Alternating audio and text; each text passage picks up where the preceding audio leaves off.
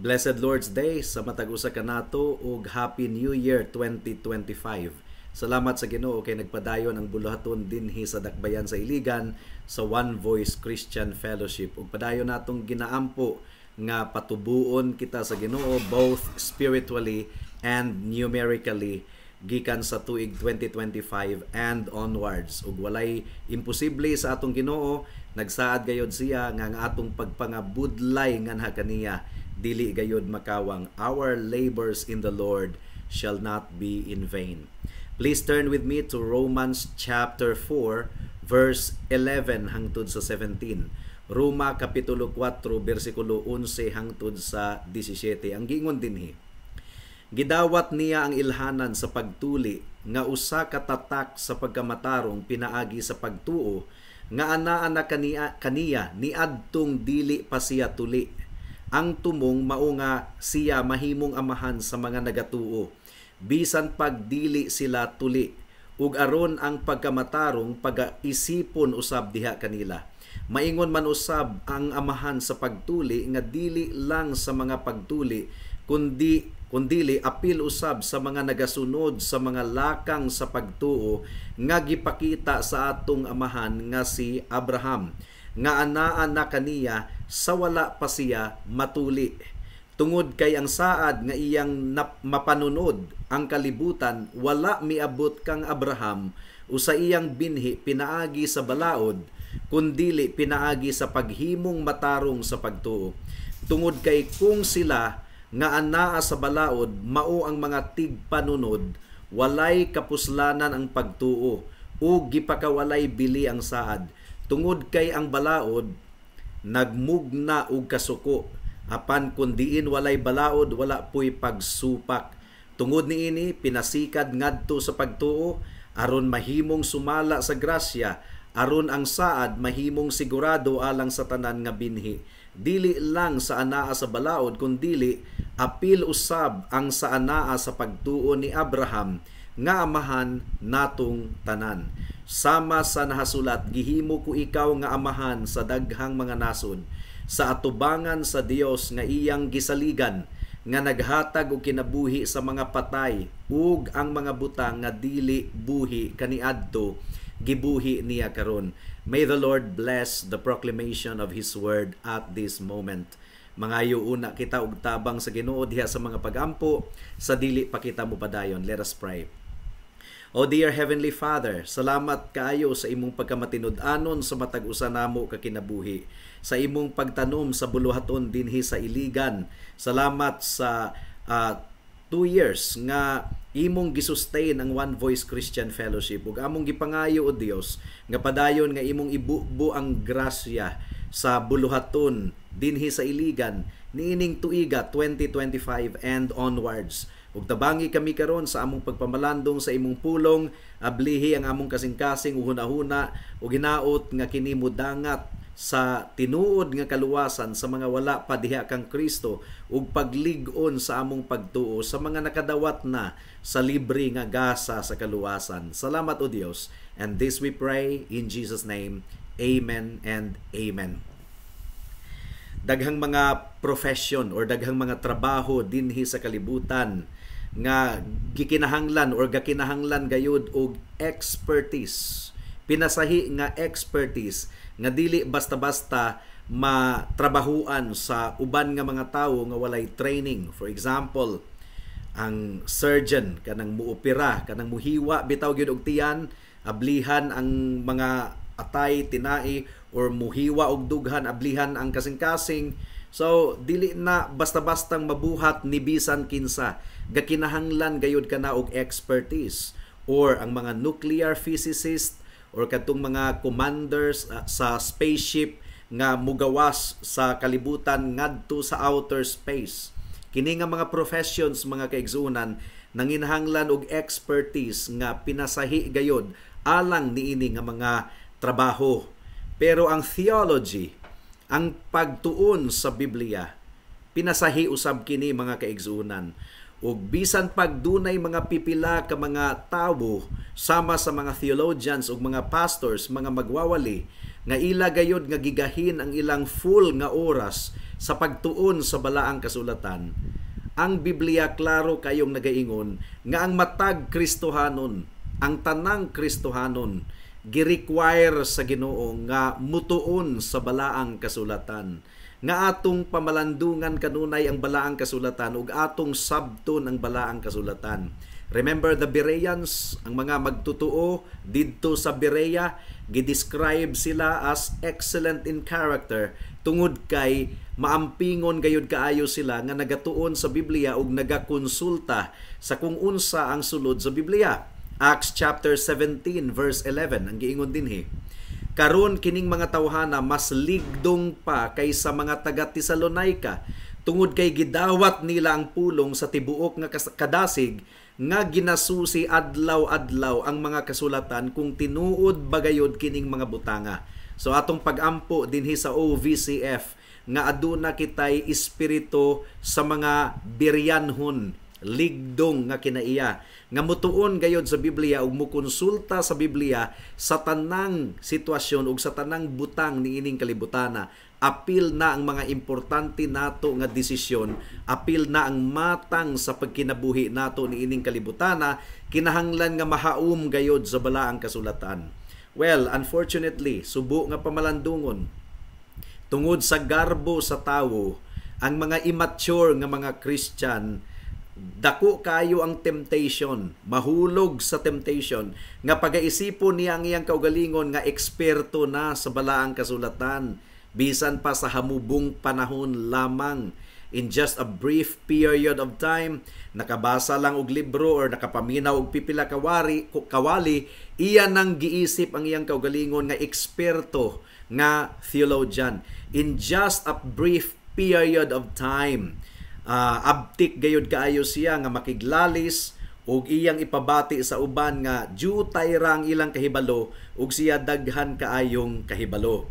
Now, doon na po'y mga nagtuon sa Biblia nga dili gani tinuod nga magtutuo. Daghan, mga Bible scholars pa, but they don't have any saving relationship with God. Wala sila'y spiritual nga pagsabot, and yet, arrogantly, nag-angkon sila nga nagbaton sila sa kamatuuran. Mao nga, ang iglesia, mga kaigsunan, kinahanglan gayud natong ampingan gikan niini nga mga katawhan. Gi-emphasize gayod ni Pablo balik-balik, mga kaigsunan, ang pagkamahinungdanon sa mga nagtudlo sa pulong sa Ginoo sa sulod sa iglesia. Adunay mga gituga ang atong Ginoo. Aduna siya'y mga gi-appoint, gihatag ingon nga gasa sa iglesia nga muwali sa pulong sa Ginoo ug mupasabot sa pulong sa Ginoo. Gi-provide sa Ginoo kining mga tawhana aron maampingan ang iglesia. Ephesians chapter 4 verse 11 hangtod sa 15. Ang giingon dinhi, mga kaigsunan, gigasahan niya ang uban nga mahimong mga apostol, ang uban propeta, ang uban ebanghelista, ug ang uban pastor ug mga magtutudlo, aron andamon ang mga balaan sa buluhaton sa pagpangalagad sa ikalig-on sa lawas ni Kristo, hangtod makaabot kitang tanan sa pagkahiusa sa pagtuo ug sa hingpit nga pagkaila sa anak sa Dios, hangtod nga mahimong tawo nga may igong pangidaron, hangtod sa sukod sa hingpit nga pagkapuno ni Kristo. Dili na kita mahimong mga bata nga gianod-anod sa mga balod o ginapadpad sa matag hangin sa pagtulunan, pinaagi sa pagpanlimbong sa mga tawo, pinaagi sa ilang mga pangilad sa paagi nga malimbungon, kundili nagakupot sa kamatuoran nga adunay gugma, mulambo kitang tanan diha kaniya nga mao ang ulo, si Hesukristo. So ang but ipasabot niini, mga kaigsuunan, preaching ministry, faithful gospel ministers and pastors play a crucial role in the maturity and protection of the brethren in the church. Tungod kay aduna gayoy mga tawo nga mag-isip nga anaan nila ang tanang tubag sa tanang pangutana niining kalibutana. That's pride. Ug abti kaayo silang makiglalis sa uban nga mual kontra kanila. Mao kini ang problema nga giatubang ni Apostle Paul sa iyang pagministeryo during that time nga daghan kaayong mga mi-oppose sa iyang pagtulunan. Paul was an apostle, yet there were some who opposed his teaching. Nasayod si Pablo nga ang mga Hudiyo ila gayod nga i-reject dayon ang pagtulunan sa Kristyanismo nga ang tawo pagaisipon nga hingpit at tubangan sa Ginoo pinaagi sa pagtuo lamang sa atong Ginoong Hesukristo ug dili pinaagi sa balaod. The Jewish people were so quick to oppose that. Ug katong mga mi salungat or mi oppose, mi alkontra sa kamatuoran, kinahanglan gayod nga ang Biblia mao'y atong himuon nga hinagiban in order to counter them. As Christians, nagtuo kita sa sola scriptura or scripture alone.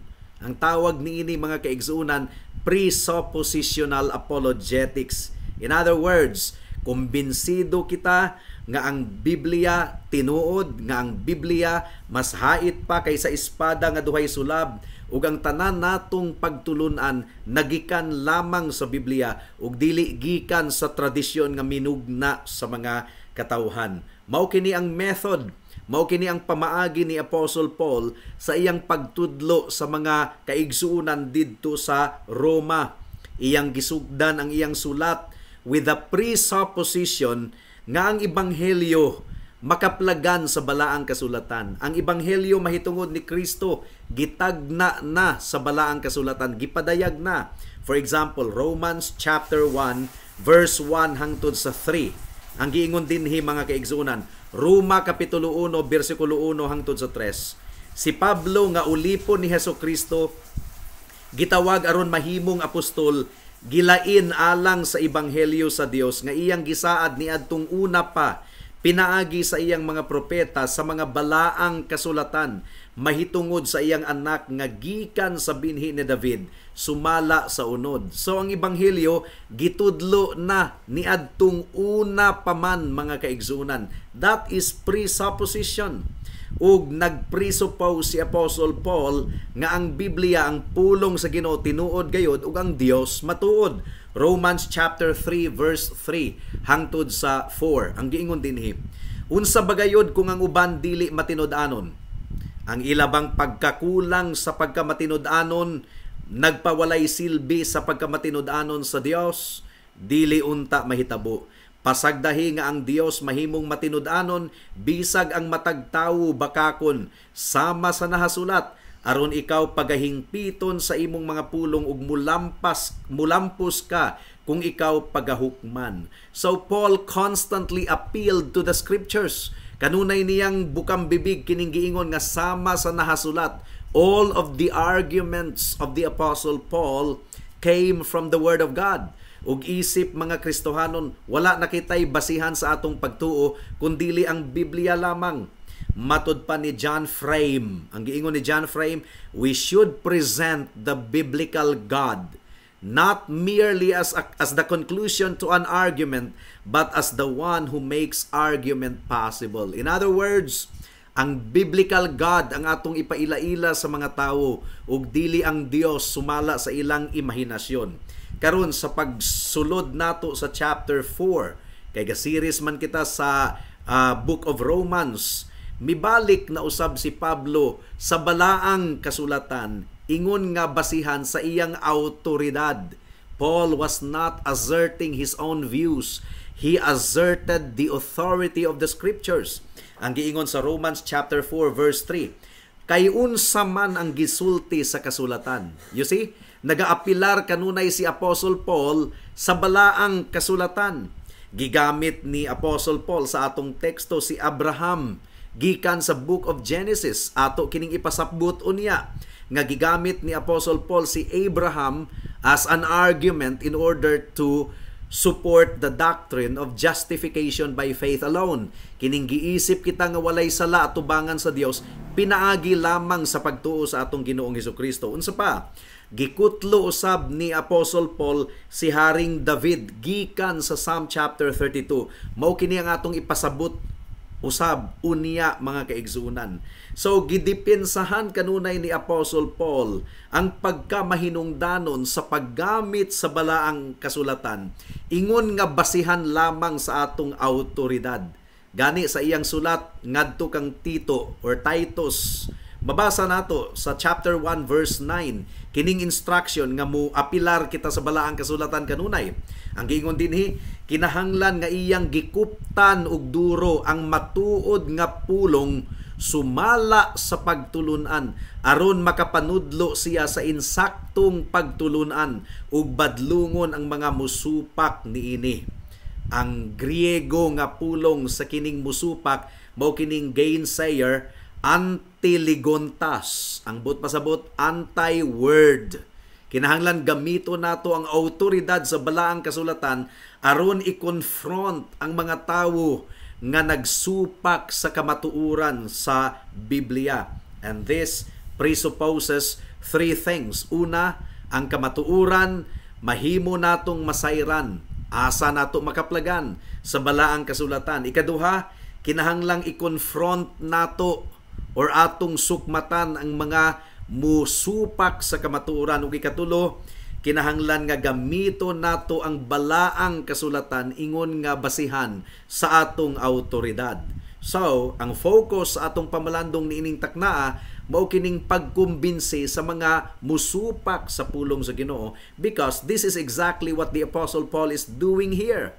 Makita nato nga kinahanglan gayod nga andam kita kanunay nga mukutlo sa balaang kasulatan ingon nga atong basihan, ingon nga atong awtoridad, especially kung ang atong pagahisgutan mao ang kaluwasan.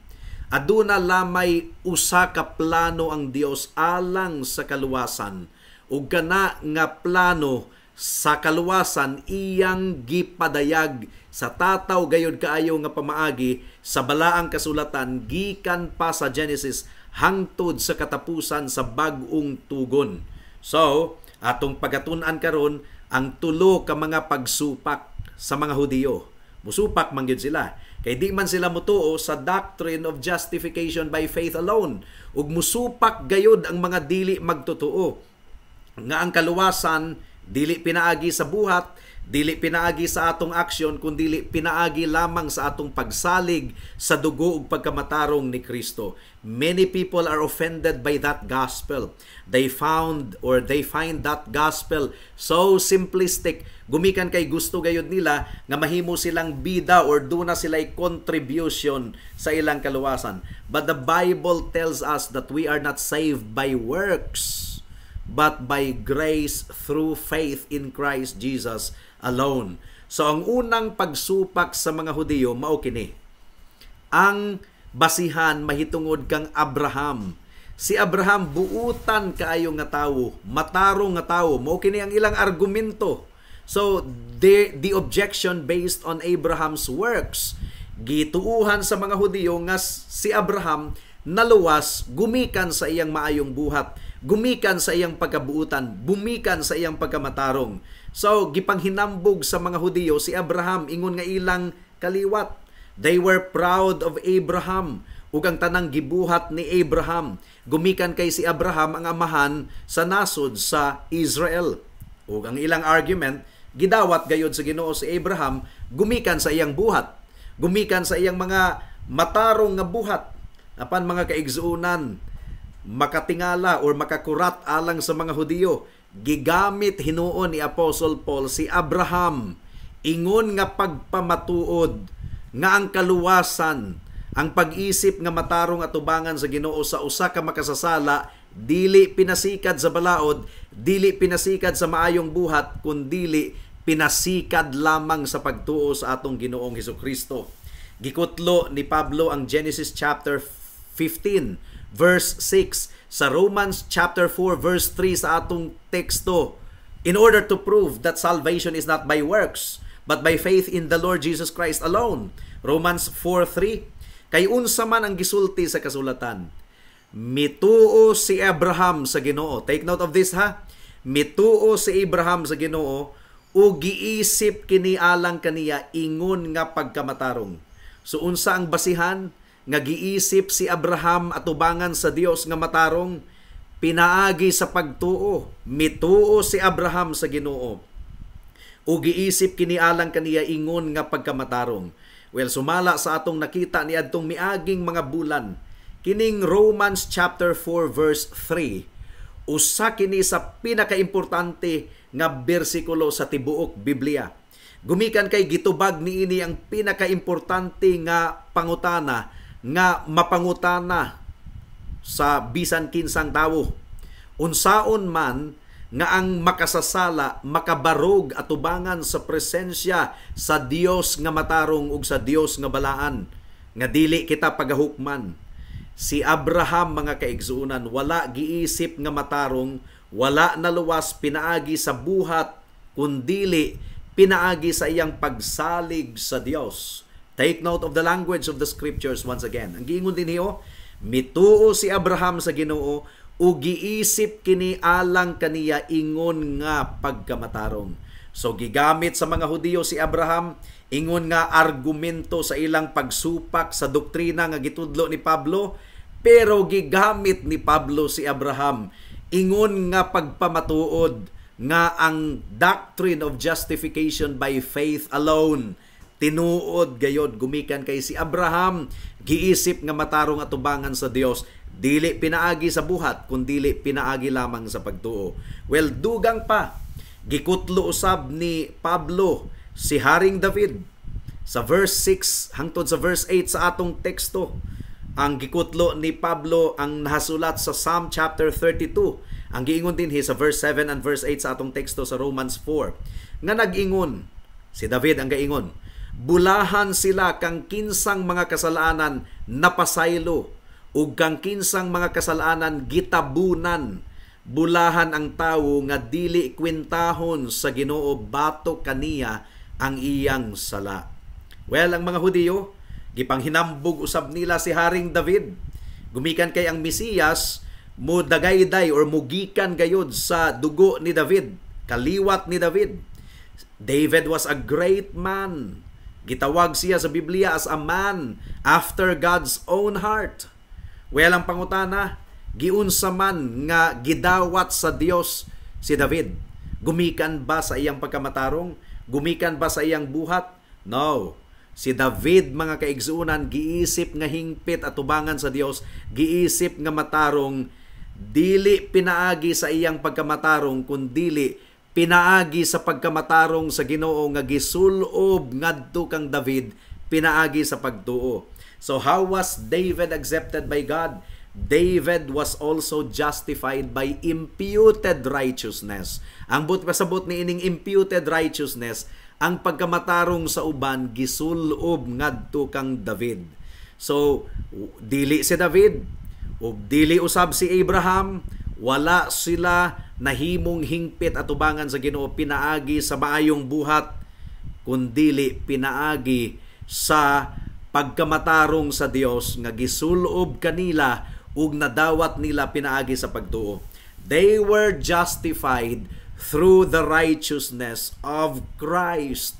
Ug mao gayud kini ang gibalik-balik ug tudlo ni Apostle Paul sa tanan niyang mga sulat, nga dili gayud kita pagaisipon nga matarong atubangan sa Dios pinaagi sa atong buhat. Walay aksyon sa tawo nga makapahimo nato nga aprobado atubangan sa Dios. So makato ang unang objection, no? Mi-object ang mga Hudiyo, misupak sila sa pagtulunan ni Pablo pinaagi sa pag-cite sa kinabuhi ni Abraham ug ni David. Pero baliktad, gikutlo ni Pablo si Abraham ug si David aron pamatud-an nga ang kaluwasan nato dili pinaagi sa maayong buhat kundili pinaagi sa pagtuo lamang nato sa atong Ginoong Hesukristo. Gumikan kay walay matarong, wala bisag usa, kitang tanan makasasala at tubangan sa Ginoo. Well, ikaduha nga pagsupak sa mga Hudiyo, kining pagsupak nila pinasikad sa circumcision or pagtuli, seremonya sa pagtuli. But once again, gigamit ni Apostle Paul ang argument based on circumcision, based on the scriptures, mga kaigsunan, aron pamatud-an nga ang kaluwasan dili pinaagi sa circumcision, dili pinaagi sa pagtuli. Unsa man gyud ka mahinungdanon ang pagtuli alang sa mga Hudiyo? Well, mahinungdanon kaayo ang circumcision alang kanila. Gumikan kay mao kini ang unique feature sa mga Hudiyo, mga kaigsuunan. Mao kini ang marka or mao kini ang ilhanan nga sila pinasahi nga mga katawhan sa Dios. Gumikan kay ang uban nga mga kanasuran ni adto nga time wala gayod gituli. Circumcision marked the Jewish people as being distinct and separate. Sa circumcision mao katoy silyo sa Ginoo, mao katoy tatak nga sila pinasahing katawhan sa Dios. Nga bisan og gibiay-biay sila sa ubang mga nasod, bisan og gibugal-bugalan ang nasod sa Israel, pero ang circumcision mao ang ilhanan that they were a distinct people of God. Gipanag-iya sa Dios. Giprovidean sila sa Ginoo, giampingan sila sa Ginoo. And anyone, bisag kinsa nga walay marka sa pagtuli sa iyang kinatawo, kinahanglan gayod nga pagapatyon ug pagawson gikan sa nasod sa Israel. And more than anything else, ang circumcision, ang pagtuli, mga kaigsuunan, mao kadto ang nagasimbolo sa ilang pagsunod sa atong buhi nga Dios. Gumikan kay ang circumcision, gisugo gayod sa Ginoo nga i-observe sa nasod sa Israel. Ila gayod nga gipanghinambog kini. Genesis chapter 17 verse 13 hangtod sa 14. Ang giingon dinhi, mga kaigsuunan. Ang ulipon nga gipanganak sa balay ug ang gipalit sa imong kwarta kinahanglang tulion, ug ang akong kasabutan makita sa imong unod, isip pakigsaad nga walay katapusan. Si bisan kinsang lalaki nga dili tuli, nga dili tinuli ang panit sa ilalom nga bahin, itiwalag sa iyang lungsod, giguba niya ang kasabutan. So we can understand nganong ang circumcision big deal gayud kaayo sa mga Hudiyo. Ilang nasabtan nga ang pagtuli mao kini ang pinakasentro sa ilang relationship with God. Gani sa bag-ong tugon, ang mga Hudiyo gitawag nga circumcision or mga tinuling katawhan. O aduna pagayoy pipila nga nag-insist nga ang circumcision mahinungdanon kaayo aron kita mahimong tinuod nga Kristohanon. Mo kini gidebatihan nila sa Acts chapter 15 verse 1. Please turn there. Ang giingon dinhi, may pipila ka mga tawo nga miabot gikan sa Hudiya nga nagpanudlo sa mga kaigsuunan. Gawas lamang kung kamo tulion sumala sa naandan ni Moses, dili kamo maluwas. Well, kung aduna gayoy gituuhan sa mga Hudiyo nga pagadawaton sila sa Dios, pinaaging sa ilang pagabuhaton, mao kini ang pagtuli. Big deal gayod kaayo kini sa ilaa, mga kaigsuunan, ang seremonyas sa pagtuli.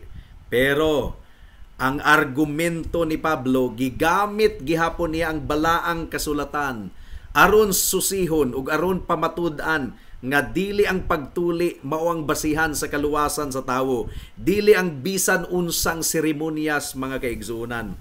Romans chapter 4 verse 9 and 10. Ang giingon ni Pablo dinhi, gipadayag bagayod kini nga pagkabulahan diha sa pagtuli lamang, o maingon man usab sa mga walay pagtuli. Tungod kay atong ginaingon, ang pagtuo giisip nga pagkamatarong alang kang Abraham. Kanus aman kini nahitabo, sa wala ba siya matuli? Sa wala pa siya matuli o sa dihang natuli na siya? Kadto wala mahitabo human siya natuli, kundili sa wala pa siya matuli. So mao kini ang argumento ni Pablo. Kadtong pag-declare sa Ginoo nga si Abraham matarong sa iyang atubangan, nahitabo kadto sa wala pa matuli si Abraham. Misalig si Abraham sa Ginoo, mituo siya. Genesis 15 verse 6, mituo siya sa Ginoo ug kini giisip alang kaniya ingon nga pagkamatarong. So ang pagtuo mao'y basihan nganong giisip si Abraham nga matarong. Wala pa siya matuli ni ining taknaa, mga kaigsuunan, sa Genesis 15. Gumikan kay gituli si Abraham Genesis 17 na. Wala pa lang gani siya matuli, gideklarar na siya sa Ginoo nga luwas, nga matarong sa iyang atubangan. In other words, Gidawat si Abraham sa Ginoo sa wala pagani siya matuli. Dili ang pagtuli mao ang basihan nganong gidawat si Abraham sa Ginoo. Ang pagtuo mao ang basihan.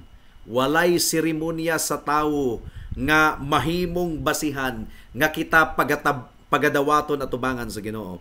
Nothing external can make us right before God. Walay bisag unsang external nga butang nga mahimong basihan, nga mahimo kitang tulid at tubangan sa Ginoo. Kinahanglan nga mabatunan nato si Kristo. Si Kristo lamang ang basihan, ang pagkamatarong ni Kristo ug ang iyang dugo nga mo'y itabon sa tanan natong sala ug ang iyang pagkamatarong nga mo'y isulob kanato. Si Kristo lamang ang atong Dios ug manluluwas. Galatians chapter 5 verse 6. Gipasabot gayod ni Apostle Paul nga wala nay circumcision or uncircumcision at tubangan sa Ginoo. Wala na nay pulos. Ang giingon dinhi, for in Jesus Christ neither circumcision avails anything nor uncircumcision, but faith which works by love. Ang pagtuo lamang nga gipamatud-an diha sa gugma. Ang uban nagasalig sa ilang church membership, nagasalig sa ilang baptism, or sa ilang allegiance sa ilang denomination, ingon nga basihan sa ilang kaluwasan. Bagsak mga kaigsuonan. Very wrong. Walay bisag unsa nga outward act nga makapaaghat sa Ginoo nga dawaton kita. Ang pagkamatarong lamang ni Kristo nga atong nadawat diha sa pagtuo nga ginasulob kanato ug ang dugo ni Kristo nga mitabon sa tanan natong sala mao ang basihan nganong pagadawaton kita tubangan sa Ginoo. Well, ikatulo nga pagsupak sa mga Hudiyo, misupak sila sa doktrina ni Pablo nga justification by faith alone. And by the way, dili lang kini doktrina ni Pablo, but doctrine of Christianity. Misupak sila, ilang gigamit ang law, ang balaod, ingon nga basihan sa pagsupak. Pero baliktad lagi, gigamit usab ni Pablo ang balaod, ingon nga argumento nga pamatud-an.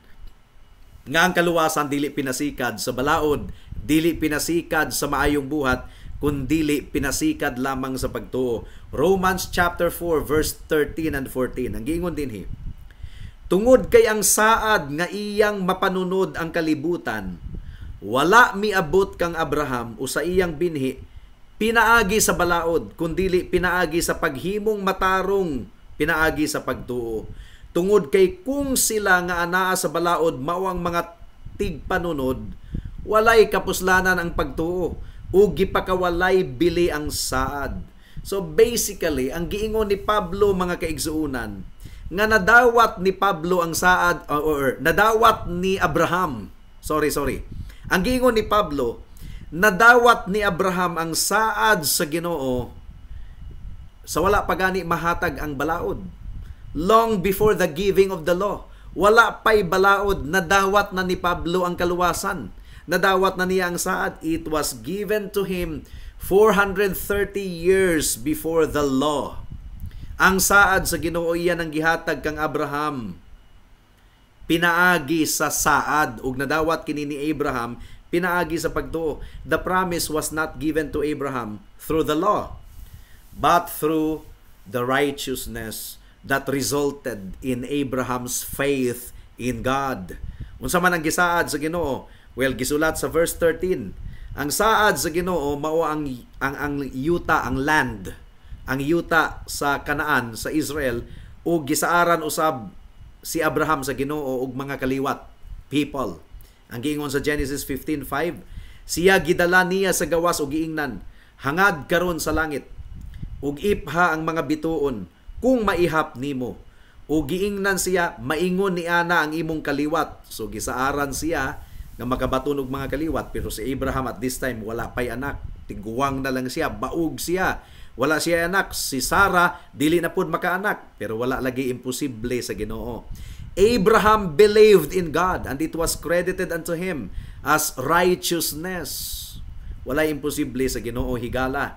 Bisan pag muingon kag dako kayo ang imong sala, dautan kayo ikaw, kaya pa ba ikaw nga luwason sa Ginoo? The answer is a big yes. Walay imposible sa Ginoo. Walay sala nga dili kayang hugasan sa dugo ni Kristo. Ug ang tanang mutuog musalig kang Kristo, iya gayud nga pagasuluban sa iyang pagkamatarong. Well, dili lang ang Israel or ang yuta dito sa Middle East ang katumanan sa saad sa Ginoo. Gumikan kay ang saad sa Ginoo, it covers the whole earth. Dili lang ang nasod sa Israel. Bobi nagiingon sa Ginoo, iyang gipasabot og dugang Matthew 5:5. Bulahan ang mga papainobsanon kay sila makapanunod sa kalibutan. So dili lang ang nasod sa Israel. Ug nasabtan gayud ni Abraham ang espiritual nga kahulugan sa saad sa Ginoo. Dili lang kini sa Israel, sa Middle East. Ang giingon sa Hebrews chapter 11 verse 9 and 10, ang giingon dinhi, sa pagtuo milangyaw siya sa yuta nga gisaad, nga sama sa lain nga yuta, ug nanimuyo sa mga tulda nga kauban nila ni Isaac ug Jacob, nga parihong tigpanunod sa susamang saad, tungod kay milaom siya sa lungsod nga adunay mga patukuranan, nga ang nagplano ug nagtukod mao ang Dios. So nasayod si Abraham nga katungtoang yuta sa Kanaan sa Israel sa Middle East, anino lamang kadto sa tinuod nga katumanan sa saad sa Ginoo nga mao ang tibuok kalibutan nga mapanunod sa tanang mga magtutuo sa atong Ginoong Hesukristo, the new heavens and the new earth. Well, gisaaran usab si Abraham og kaliwat, seed.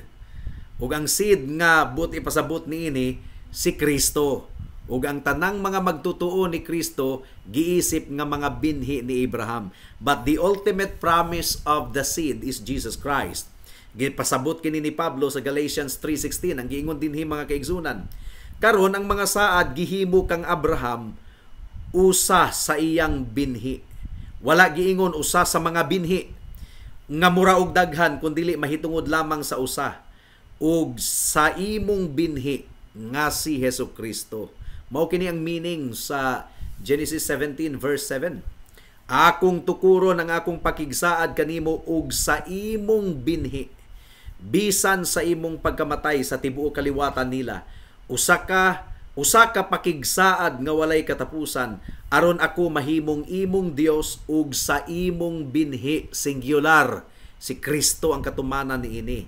Nahimo lamang kitang binhi ni Abraham or kaliwat ni Abraham kung anaa kita sa atong Ginoong Hesukristo, kung magtutuo kita sa atong Ginoong Hesukristo. And we can only be in Christ by faith. Dili pinaagi sa pagtuman sa balaod, kundi pinaagi sa pagtuo.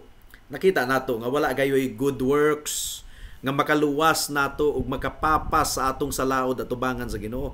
Gipasabot na gyud ni sa Romans 3:20, ang giingon dinhi, tungod kay pinaagi sa mga buhat sa balaod, walay tawo nga pagaisipon nga hingpit sa iyang pananaw.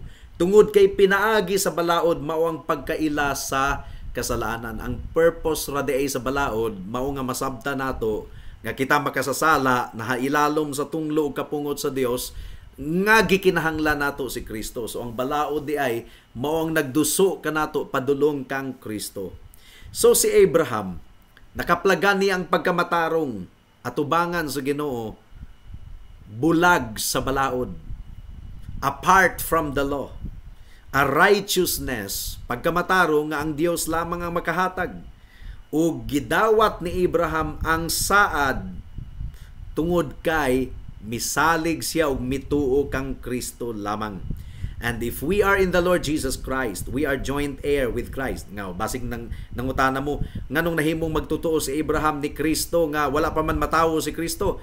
Gipasabot kini ni Kristo sa John chapter 8, verse 50 hangtod sa 58, nga nakita ni Abraham, propeta gud siya, nakita niya si Hesukristo nga umaabot, mituo siya ug misalig siya, ug nahimo siyang matarong.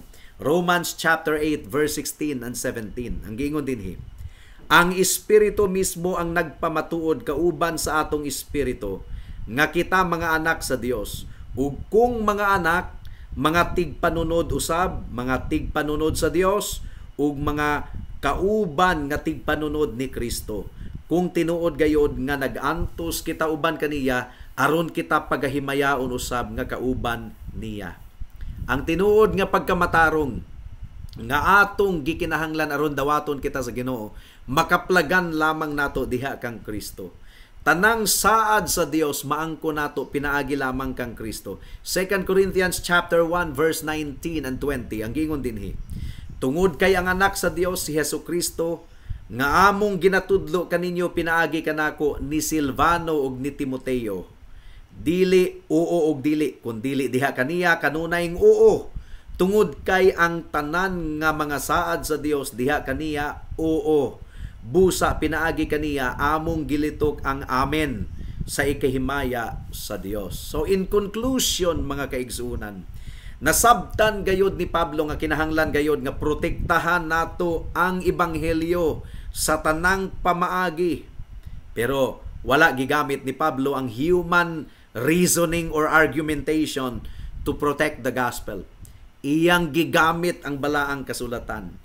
Gigamit niya ang balaang kasulatan ingon nga basihan sa iyang argumento. And in this passage of ours nga atong gipamalandungan, gidipinsahan ni Pablo ang doctrine of justification by faith alone.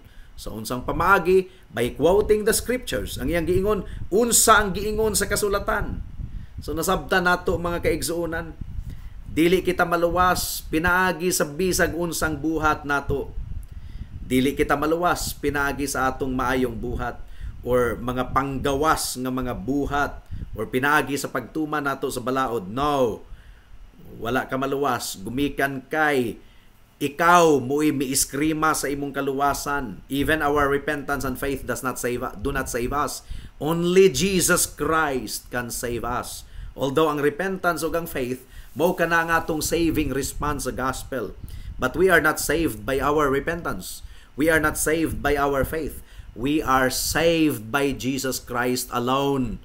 Ug si Kristo mao ang object sa atong faith ug repentance. We are saved gumikan kay gipakamatarong kita atubangan sa Dios pinaagi sa pagkamatarong ni Kristo. So mahinungdanon gayud kayo nga masabtan nato kini mga kaigsunan. This is what the scriptures teach from Genesis to Revelation, from beginning to end mga kaigsunan. Mao gayud kini ang gitudlo sa balaang kasulatan. Ug ang imong pagsabot niini, it will really make a difference sa imong kalag kung langit ba ang kapadulngan nimo or impyerno. Daghang mga tawo nga nag-isip nga kinahanglang mubuhat sila og butang aron sila maluwas. Aron sila maluwas. But the Bible clearly tells us nga si Kristo ang mibuhat sa tanang buhat aron kita madawat at tubangan sa Ginoo. Ang atong pagsunod sa balaod dili gayud perfect. Aduna gihapoy pagsupak, aduna gihapoy sala ang atong pagkamatarong mga kaigsunan. Trapo lamang atubangan sa Ginoo. We need the perfect obedience of Christ. We need the righteousness of Christ. We need His blood. Salvation is God's work from start to finish. Now, bagang mga katawhan sa tibuok kalibutan wala gayud nagatuog nagasalig niini. The problem with humanity is that they continue to argue against their own salvation. Ug kung dili sila mutuo sa balaang kasulatan, wala na gayud makapakumbinsi nila mga kaigsunan. There's nothing to convince them kung dili sila mutuo sa balaang kasulatan. Ang giingon ni Jesus or ni Abraham sa Luke chapter 16 verse 31. Ug giingon niya kaniya, kung dili nila paminawon si Moises ug ang mga propeta, meaning to say, kung dili nila paminawon ang Bible, dili usab sila maagda, bisan pagdunay mubangon gikan sa mga patay. Ang ebanghelyo, sukad kaniadto, karon ug hangtod sa kahangturan, ang ebanghelyo mahitungod lamang gayud kang Kristo. Sa iyang dugo ug pagkamatarong nga kinahanglan natong saligan ug tuuhan, aron kita maluwas, aron kita pagaisipon nga hingpit at tubangan sa Ginoo. Ang tanang saad sa Dios maangko nato pinaagi kang Kristo. Higala ang kuna nga ikaw makasasala ug dili gayud ikaw makaluwas sa imong kaugalingon, ang imong good works, ang imong religion, ang imong outward ceremonies bisag unsa walay mahimo aron ka maluwas. You need the righteousness of Christ. You need the blood of Christ ug madawat lamang nimo kini pinaagi sa pagtuo lamang kaniya. Naubuhata kini karon. Kay basin ug ugma ulahin na ang tanan. Magampo kita. Salamat o Dios sa mensahe nimo niining taknaa. Hinaot nga midulot sa among kasing-kasing ang imong mensahe. Nga ang basihan sa among autoridad ang Biblia lamang. Ang Biblia lamang ang patukuranan sa among pagtuo ug pagsalig. Dili ang opinyon sa tao, kundi ang Biblia lamang. O hinaot o Dios nga imong giablihan ang kasing-kasing una-una sa matag usa. Gumikan kay tataw kayong giingon sa imong kasulatan nga ang kaluwasan dili pinaagi sa among maayong buhat, kundili pinaagi sa pagkamatarong lamang ni Kristo ug sa iyang dugo nga maoy mutabon sa tanan namong pagkahugaw ug pagkadautan sa imong atubangan. Salamat kayo o Dios. In Jesus' name we pray. Amen and amen. Daghang salamat sa pagpamati, sa pagpamalandong sa pulong sa Ginoo. God bless us all.